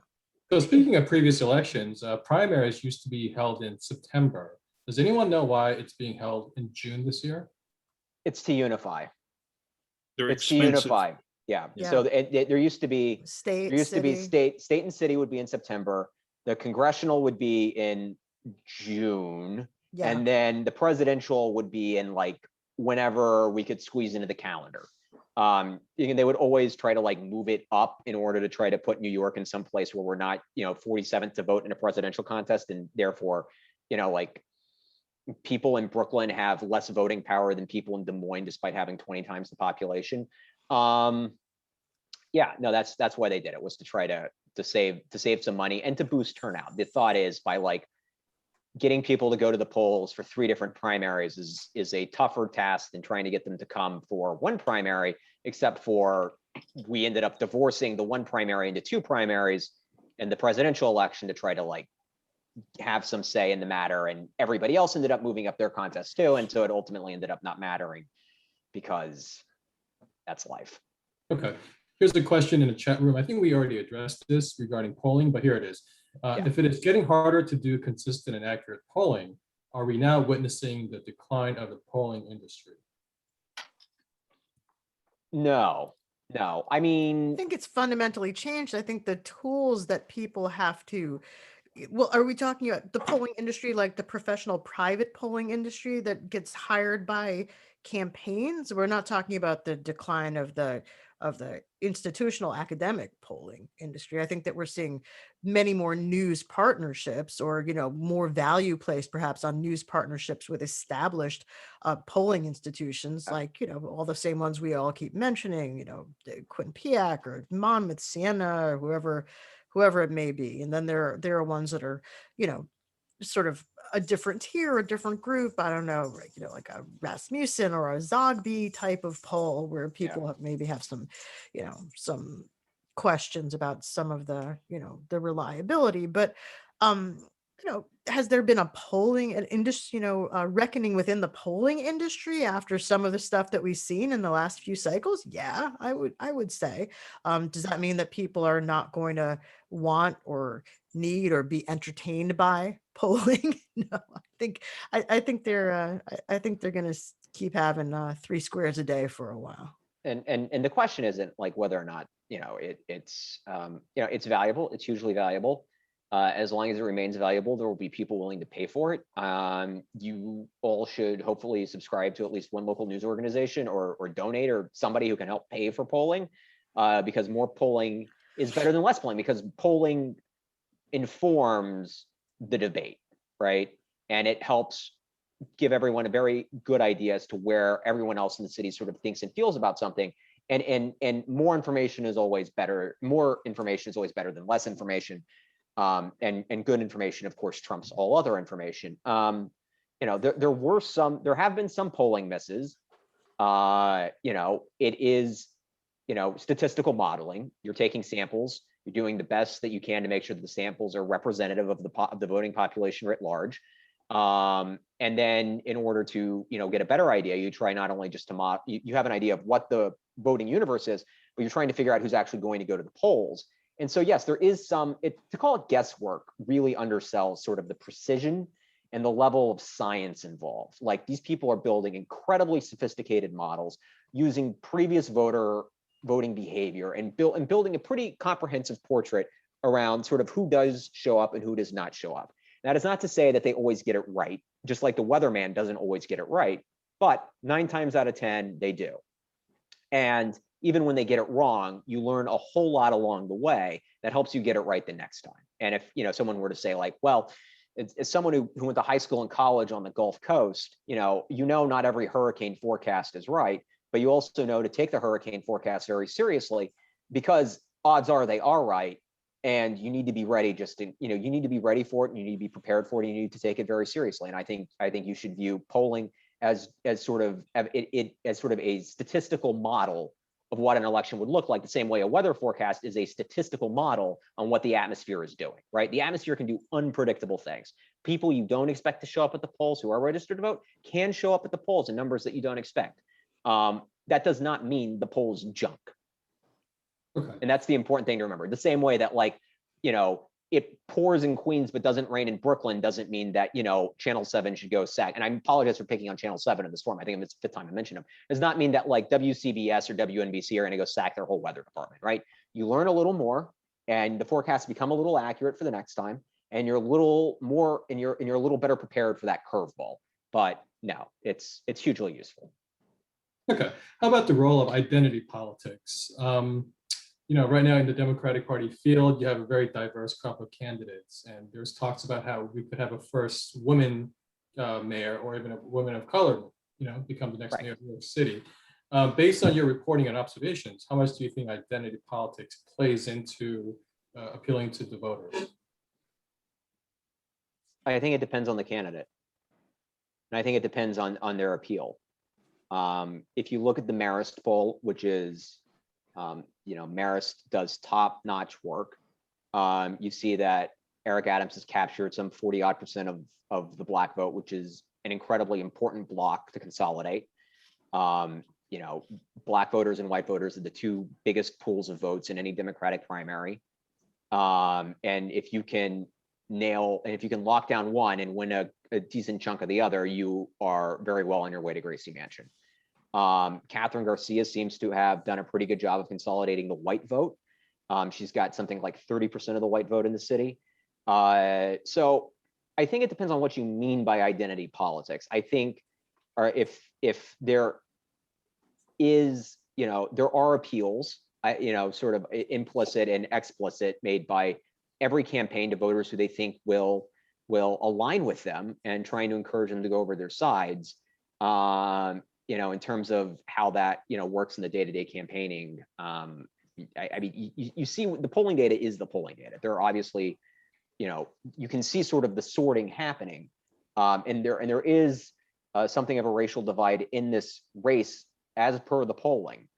I don't know how much of that you can chalk up to explicit appeals from each of the candidates, and how much of it is like, Eric Adams is a candidate who has represented Central and Northern Brooklyn for a long time, whether it's borough president or whether it's as a state lawmaker. He's a guy who grew up in Southeast Queens. He knows both of those communities very well. Those are African-American communities. That's the Black middle class of the city, and he has attracted a tremendous amount of support from that block. And I don't find that surprising in the least.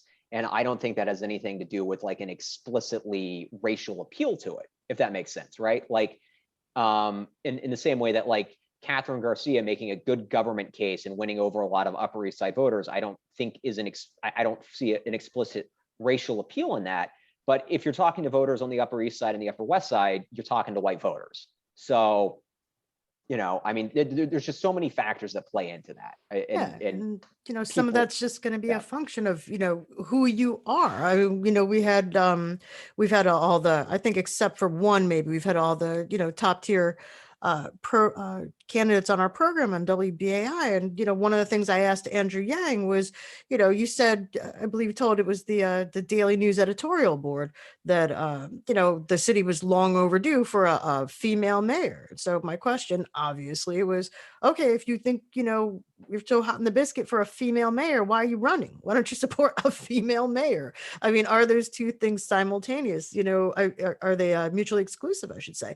I mean, is somebody only able to address the needs and concerns and interests of the group to which they themselves belong, or is the job of a mayor, especially in a city like New York, much bigger and more inclusive and more complicated, ideally, than who one individual is? Is not that person supposed to stand, as a proxy for all of us? And so I think that it's sort of limiting. I mean, yeah, you could very well say that, relatively speaking, the number of, Asian Americans in New York City is much, much smaller than the number of, African Americans or people of, Latinx background. And therefore, who should bother taking the time to cater to the needs and wants and concerns of Asian American voters? There just aren't, and I'm saying this as an Asian American myself, there just aren't enough. The numbers don't work. And why should I bother? I mean, I think that, identity politics can be useful, but they can also, be very dangerous. And I think that some of the more successful candidates we have seen are people who are able to, at least evince, some sort of sense that they care about every group, not only their own, or not their own to the exclusion of everybody else. And this is a topic that New York is obviously home to some famously fractious politics. Ed Koch did not have a terribly good relationship with the city's Black community when it was all said and done, and they rallied around David Dinkins and propelled him to Gracie Mansion through a pretty narrow win in the '89 Democratic primary. And Rudy Giuliani's race relations were pretty dismal towards the end, especially following the bad there was the Dorsman shooting, the Amadeo Diallo shooting. There was a bunch of other sort of instances that just sort of really touched that nerve in the body politic.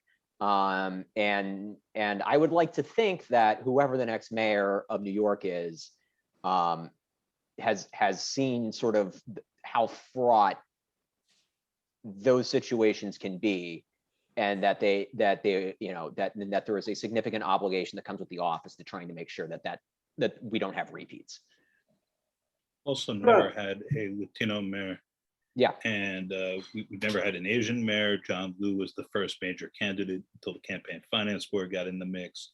Yep. And you've seen a lot of Asian, and particularly East Asian representatives align around Andrew Yang. I think in part for that reason. I think it's very likely that the Latino vote, where a lot of people expected Ruben Diaz Jr., the Bronx Borough president, son of Senior, to be the guy, and then he did not run and says he's done with running for office and whatnot, whatever reasons. That vote is likely to be really consequential here. Going back to polling for just 1 second, of course, we have a secret ballot, and then we have polling, and we have exit polling. And you can tell to some extent how that lines up with the total result, the one result that matters when we have it. But some of this is always guesswork. And there's still like an interesting role for ethnic politics in New York, and these are always going to be complicated. But well, people want a seat at the table. I mean, so that's sort of the gist of it. And if the mayor is always a white guy, yeah, or almost always a white guy, and they're supposed to represent the whole city, that's not really a healthy thing. But in any given cycle, asking people to vote strictly on the basis of identity, and Maya Wiley has come close to that at a few points in this race, I think is also risky politically, and can alienate as many voters as it attracts. One other striking thing is that Maya Wiley has had several directly racially based shots at Eric Adams, and said that he's the inheritor of a racist policing tradition, for instance, which is a remarkably interesting tack to take against another Black candidate in the race. And I think speaks to Maya's math that her path to victory involves often the gentrifiers, the people who Adams says should go back to Ohio and Iowa, and like white progressives who are very sympathetic to Black causes as they understand them, but are not Black. And that's its own very complicated math. And again, we'll have exit polling and some answers to some of these questions shortly. Yeah. Yeah. Based on your reporting, I'm sorry. Oh, no, I was just going to say, it's interesting when you ask when you ask the candidates directly, should it matter? Should people vote for you because you're female, or because you're African American, or because you're this, most of the time they'll say, no, of course not. You should vote for me because I'm qualified. Right. So it's, it's certainly a reality. Some people say, look, I have the lived experience of who I am. I can't help it. This is who I am. This is how I grew up. This is where I came from. Like, okay, fine. And that's informing. That informs how somebody makes decisions or interacts with other people, or, you know, the priorities that they set. But, you know, if you ask the candidates directly, and again, you know, I'm sure all of us here have asked them some form of this question, it's not a comfortable thing for them to talk about, which is, you know, makes the calculation that much more interesting. How do you do it without saying it? No, when Adams came into the edit board for the Post, I point blank asked him, because I live in Crown Heights. I point blank asked him if, you know, he thought I should move back, you know, if he was talking about people like me, if I should move back. And he said no.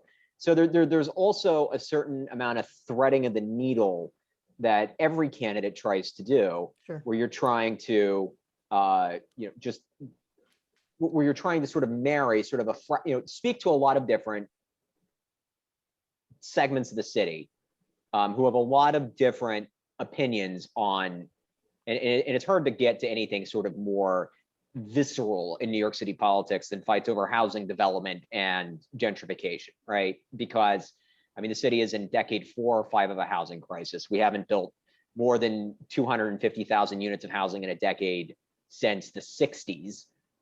We had more new units of housing during the city's collapse in the 70s than we had during this most recent decade, which is, you know, when the city was as prosperous as it's ever been.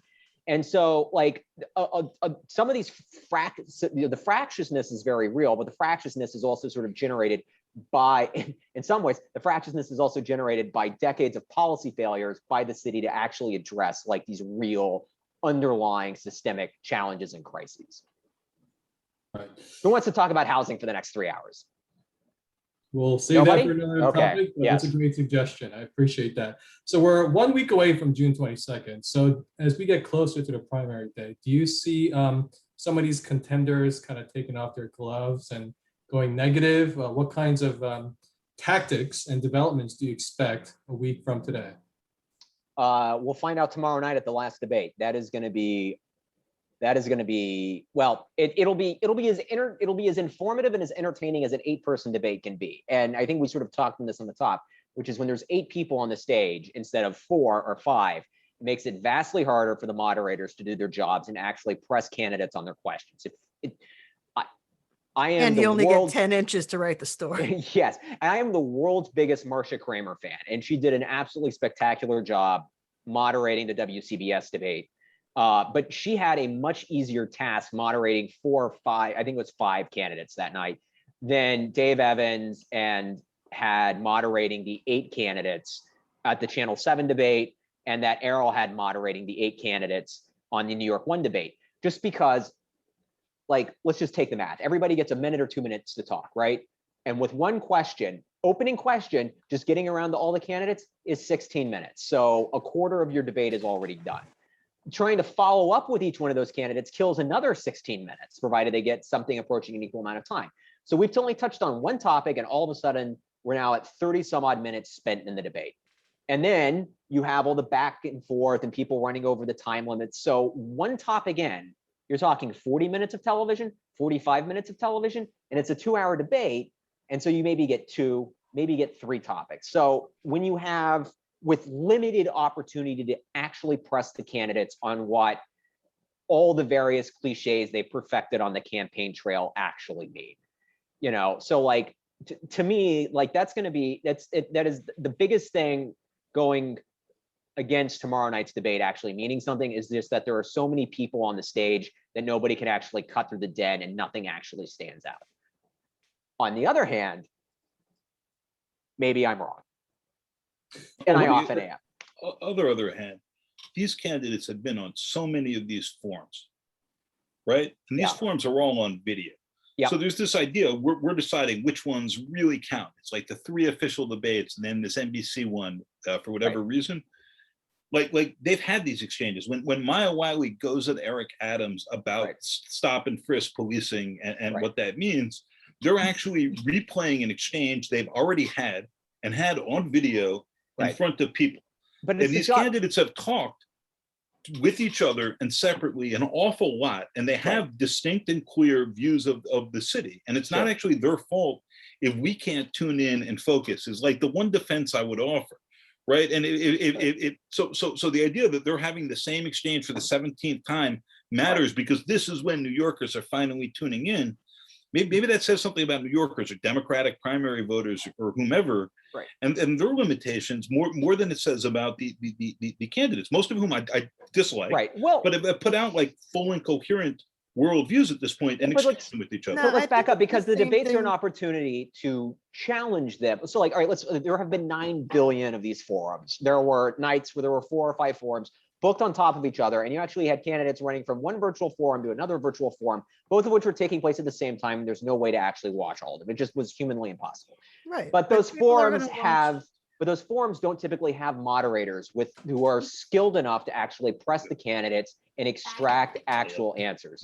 And so when you have these televised debates with someone with an Errol Lewis or with a Sally Goldenberg or with a Dave Evans or an Andrew Siff or you name them, right? Like people who have been doing this for a long time, know the issues inside and out, and can actually be like, but to like the Maya point, how much do you actually want to shrink the police force? And when Maya tries to filibuster that answer, has the ability to cut her off and say, but no, how many cops do you actually want on the force? That is a huge public service that we don't get out of these forums, where it's basically just everyone giving 4-minute snippet policy papers over and over and over and over and over again. There were too many forums and not enough debates in this cycle, not enough moderated debates, and that's just how I feel about this. If I could never watch another mayoral forum again. Yeah, I mean, I've covered a lot of these. I have moderated some debates. I'm doing scorecard for, I've done scorecards for debates this cycle. And basically, I mean, it's real simple. I mean, you can learn stuff about a candidate from a debate. It's entertaining. It can be entertaining. You see some really skilled reporters and moderators at work trying to extract information, but the same reason people watch debates, ultimately the same 2 reasons they watch car races. Somebody's going to win, somebody's going to wreck. Okay. That's what people are watching for in a televised debate. And I wish I could make it something more meaningful than that, but I just cannot. Join me in my idealism, Celeste, my tabloid idealism. Tabloid idealism. We didn't have that back in my day. Yeah. Well, What about it's what they've given to us after the budget cuts. Oh, all right then. what about negative attacks? A lot of these candidates are, like the top 2 candidates are trying to be careful, trying to support, as their number 2 for other voters. Do you think they're trying to be cautious and not to go too negative on their competitors? Have you noticed that so far? I think they've been pretty negative. I think it's been a pretty negative race. I think most races in New York get negative, and I think this is no exception. I don't really see, Eric Adams isn't really pulling his punches.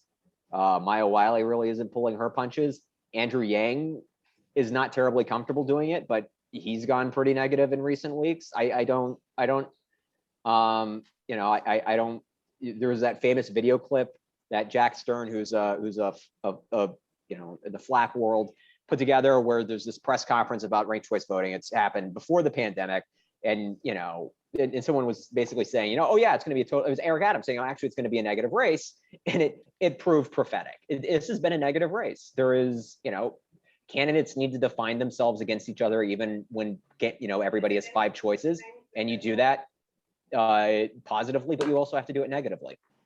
Yeah, I think that this is it really. And I think if somebody has something interesting to say, say it. And if they're concerned that, their people's last memory of them before they go into the privacy booth is going to be them saying something nasty, that's a calculation they have to take. The measure for us is, are we going to write about this thing? Is somebody going to remember what you said? Is it, have you left an impression or have you not? I mean, you need people to remember your name when they go in the booth. That's about it. It's negative, like usual. Like, look, everyone would rather someone else be their guided missile, but no one is really volunteering for that role. Stringer, who knows he's not going to win, has been sort of happily attacking everyone, and on more or less an equal opportunity basis. But I don't think this has been like a horrific mudslinging thing. You're having lots of last minute sort of oppo dumps and attacks. But that's all normal enough. Like, they're trying to distinguish themselves. Everyone would rather that their surrogates do it or another campaign do it. But if it comes down to it and you don't think they're doing it right, if you want a job done right, you do it yourself. You know, you just say like you know, Andrew Yang, you have no business running for mayor. You know, Eric Adams, you're a crazy person, and so on up and down the line with the candidates you're concerned about. With that said, I apologize. I am going to have to run off in 1 minute because Andrew Cuomo, who likes to dunk on Bill de Blasio, made fireworks for tonight because Bill de Blasio had been talking about a big celebration.